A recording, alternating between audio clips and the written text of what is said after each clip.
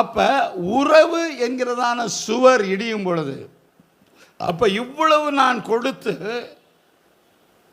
ஆசையாக சொன்னல, விருந்துக்கு பிள்ளைகளை தேடும் பொழுது ஒருவனையும் காணேன் என்று சொல்லும் பொழுது அந்த தகப்பனுடைய இதயம் எவ்வளவாய் வேதனைப்படும்.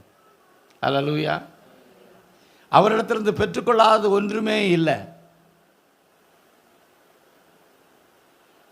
அடுத்து அப்போ உறவு பிரிந்த உடனே நடந்த முதல் காரியம், தேவனுடைய மகிமை நம்மை விட்டு சொல்லுங்க சொல்லுங்க அப்போ நாம் நிர்வாணிகளாக காணப்பட்டோம். இன்னைக்கு நான் எல்லாம் இருக்கலாம், ஆனாலும் கூட நாம் நிர்வாணிகளாக இருக்கின்றோம். எல்லாம் இருக்கு, ஆனால் ஒன்றும் இல்லை. காரணம், மகிமையை இழந்து இருக்கின்றோம், மகிமையை இழந்து நிற்கின்றோம்.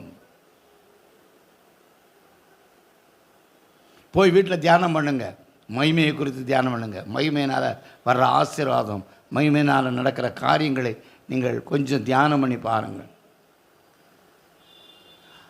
அடுத்த உடனே அவர் இரக்கமுள்ள தேவன்தான். அவரால் உண்டாக்கப்பட்ட உருவாக்கப்பட்ட ஆதாம், உருவாக்கப்பட்ட ஏவாள் தான். ஆனாலும் அவர்கள் தவறு செய்த உடனே, உறவு துண்டிக்கப்பட்ட உடனே என்ன நடக்கிறது? ஏதேன் தோட்டத்தை விட்டு விரட்டப்பட்டார்கள். we are away, we are away, we are away. என்ன இடிச்சாச்சு, இடித்த உடனே ஆயிடுச்சு, நாம் விரட்டப்பட்டு விட்டோம். இப்போ அவருக்கும் எனக்கும் உறவே இல்லை. அது திரும்பி வர கூடாதபடிக்கு ஒரு பட்டையை ஏந்திய தூதனை வேற வச்சு விட்டார் அங்கனுக்குள்ள. அப்போ சுவர் இடிக்கப்பட்ட உடனே, உறவு இடிக்கப்பட்ட உடனே முதல்ல உனக்கு இருந்ததான இந்த மகிமை போய்விட்டது. அடுத்து அந்த தோட்டத்தில் நீ அனுபவித்த எல்லா ஆசீர்வாதங்களும், அந்த ஆசீர்வாதங்களை விட்டு நீ புறம்பே தள்ளப்பட்டு விட்டாய். அந்த தோட்டத்தில் இல்லாத ஒன்றும் இல்லை. சந்தோஷம் அங்கு இருந்தது, சமாதானம் அங்கு இருந்தது, நிறைவு அங்கு இருந்தது. மாலையானால் தேவ பிரசன்னம் அங்கு வந்து விட்டது. எல்லாவற்றினாலும் விரட்டப்பட்டு விட்ட காரணம் இடிந்து போய்விட்டது, உறவு இடிந்து போய்விட்டது. புரிஞ்சுக்கிட்டீங்களா? புரிஞ்சுக்கிட்டீங்களா?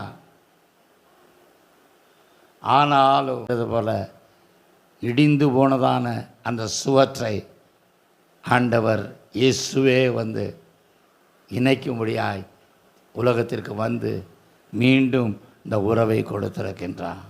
அல்லேலூயா, பிரைஸ் தி லார்ட். ஒருவனையும் காணோம் தான், ஆனால் ஒருத்தரை கர்த்தர் அனுப்பிவிட்டார்.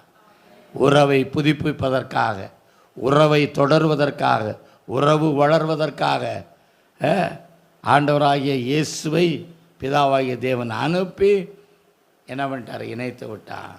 அல்லேலூயா. தேவன் விரும்புகிறதான காரியம் எப்பொழுதும் அவருடன் வாசம் செய்ய. ஆண்டு விரும்புவது உடன் வாசம், எப்பொழுதும் அவருடன் வாசம். எந்த ஒரு சூழ்நிலையும் எனக்கும் அவருக்குள்ள இருக்க உறவை கெடுப்பதற்கு, இடித்து போடுவதற்கு அனுமதிக்காதீங்க.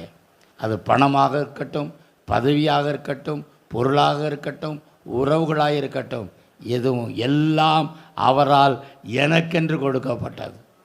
ஆமென். ஆதாமையும் ஏவாளையும் உண்டாக்கிவிட்டு ஏதேன் தோட்டத்தை கர்த்தர் உருவாக்கவில்லை, எல்லாவற்றையும் உருவாக்கி விட்டு தான் ஆதாமை உண்டாக்கினார். அல்லேலூயா. இனிமே உனக்கு செய்ய போகிறதில்ல, எல்லாத்தையும் வச்சுட்டு தான் கர்த்தர் உன்னை உருவாக்கி இருக்கின்றார்.